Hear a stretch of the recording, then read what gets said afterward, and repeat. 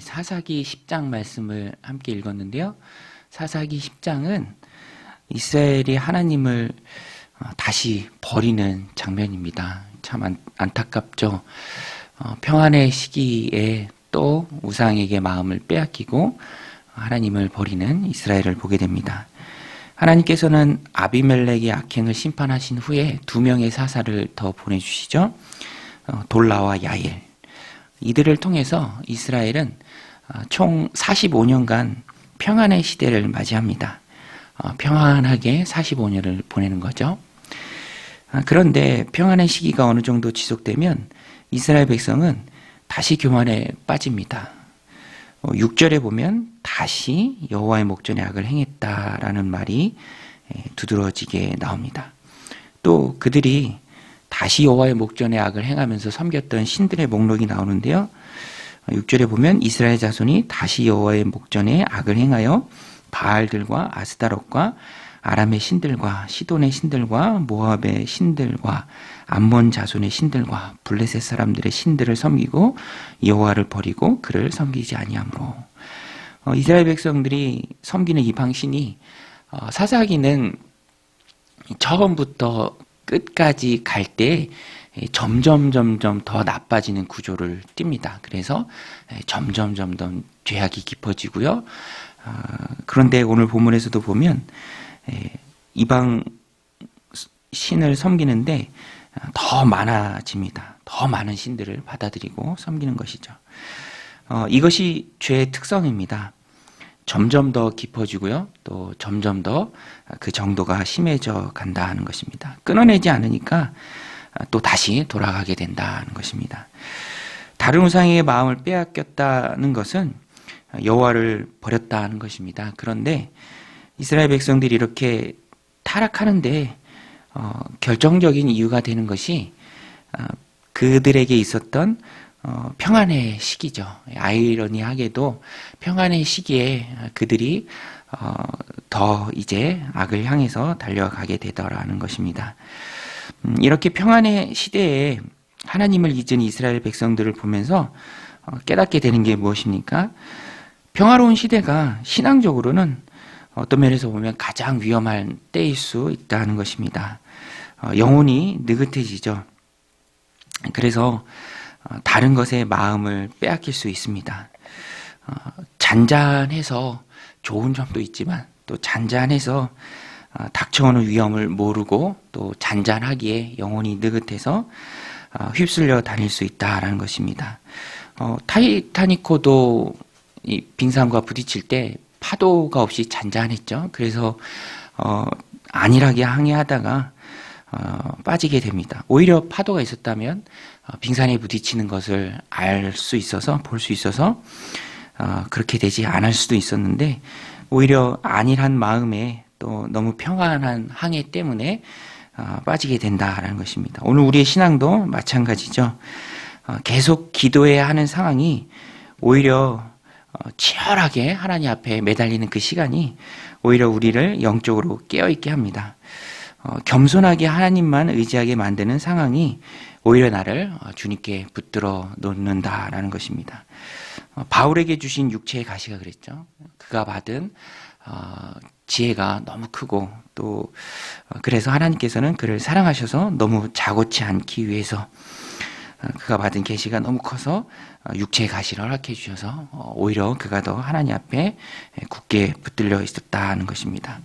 제가 아는 친구 목사님도 교인 중에 한 명 자녀가 이 신천지에 빠졌는데 그것을 위해서 또 열심히 기도하고 그래도 한 번에 확 돌아오지는 않고 그런 상황들을 보면서 안타까워하는데 또 하나님 주시는 음성이 계속 기도할 수 있는 상황을 주시면서 또 그 가정을 붙들고 그 가정이 더 하나님 앞에 몸부림치면서 기도할 수 있는 그런 상황들을 허락해 주시는 것이 오히려 어떤 면에서는 하나님의 큰 애가 아닌가.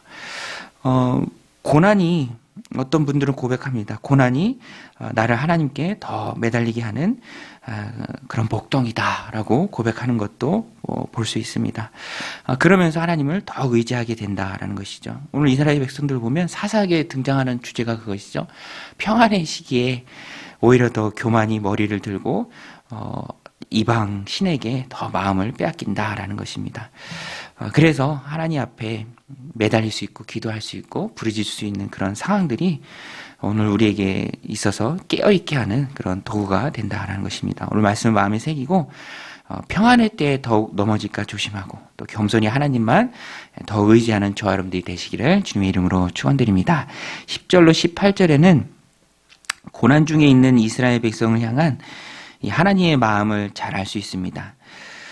하나님의 마음은 부모의 마음이죠. 아버지의 마음입니다. 그래서 이방 신에게 마음을 홀랑 빼앗겨서 하나님 자녀로서 하나님이 징계하실 때에도 그들을 향한 하나님의 마음은 안타까운 겁니다. 자비와 사랑이죠. 범죄함으로 인해서 처음에는 하나님께서 냉정하게 대하시기도 합니다. 이스라엘 백성이 아무런 행동의 변화 없이 구원해달라고 요청하자 하나님께서는 냉정하게 말씀하시죠.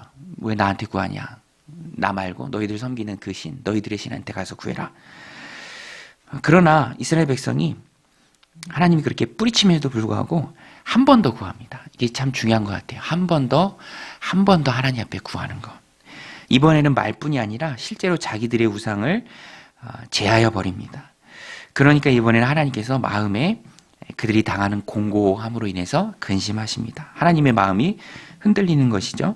14절로 16절에 그 내용이 나오는데요. 가서 너희가 택한 신들에게 부르짖어 너희의 환난 때에 그들이 너희를 구원하게 하라 하신지라. 이스라엘 자손이 여호와께 여쭈되 우리가 범죄하였사오니 주께서 보시기에 좋은 대로 우리에게 행하시려니와 오직 주께 구하옵나니 오늘 우리를 건져내옵소서 하고 자기 가운데서 이방 신들을 제하여 버리고 여호와를 섬김에 여호와께서 이스라엘의 공고로 말미암아 마음에 근심하시니라.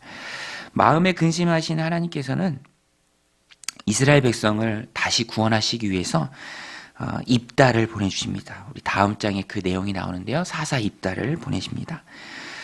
이렇게 진심으로 회개할 때 하나님께서는 그 마음을 돌이키시고 다시 이스라엘 백성들을 용서해 주시는 모습을 우리가 볼 수 있습니다. 다시 용서하신 하나님. 오늘 본문에 다시라는 말이 여러 번 나오죠. 다시 이스라엘 백성들이 죄를 범했지만 진심으로 회개하고 돌이킬 때 하나님께서는 다시 그들을 용서해 주십니다. 진심으로 회개하면 하나님께서 용서해 주신다라는 것을 우리가 깨달을 수 있습니다. 왜냐하면 우리는 하나님의 자녀죠. 특별히 예수님이 오신 이후에, 예수님이 십자가에 달리신 이후에 신약시대 백성들은 오신 예수님을 믿죠. 예수 그리스도의 그 십자가 보혈을 믿습니다. 그래서 우리는 죄와 사망의 법의 지배를 받는 것이 아니라 생명의 성령의 법의 지배를 받고 있습니다. 죄와 사망에서 해방되었습니다. 그러므로 우리는 예수님의 십자가 보혈을 힘입어서 용서를 받아야 하고요. 또 죄를 끊어내고 이겨낼 수 있는 회개의 능력을 사용해야 합니다.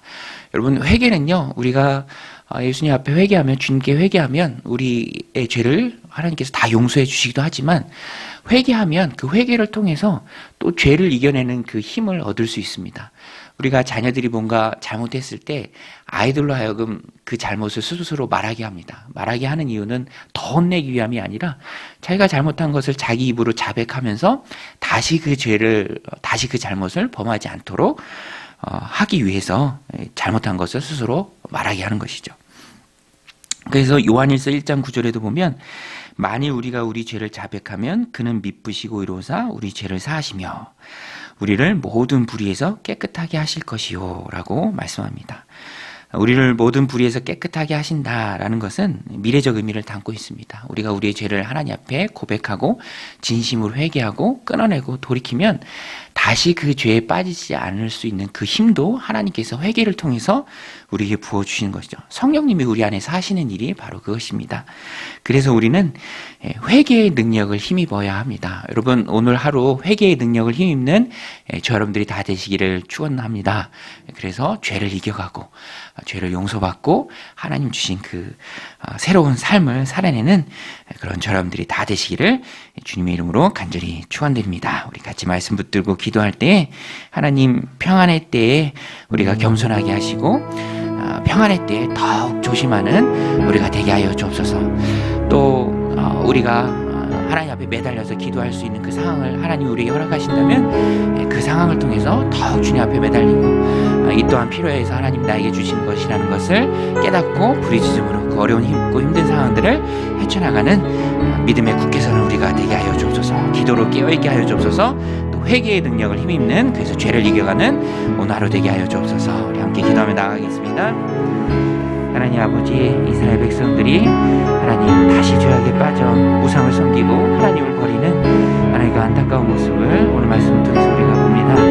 하나님 평안의 시기가 하나님 이스라엘 백성들에게 독이 되었던 것처럼 하나님 오늘 우리에게도 독이 되지 않도록 하나님 평안의 시기에 더욱 조심하여 깨어 기도하는 우리 하나님 앞에 더욱 매달리는 하나님 그 지혜가 우리들 삶 가운데 있게 하여 주시옵소서. 하나님 우리 주님 앞에만 또한 붙들려 살아가는 믿음의 백성들 다 되도록 주님 축복하여 주시옵소서.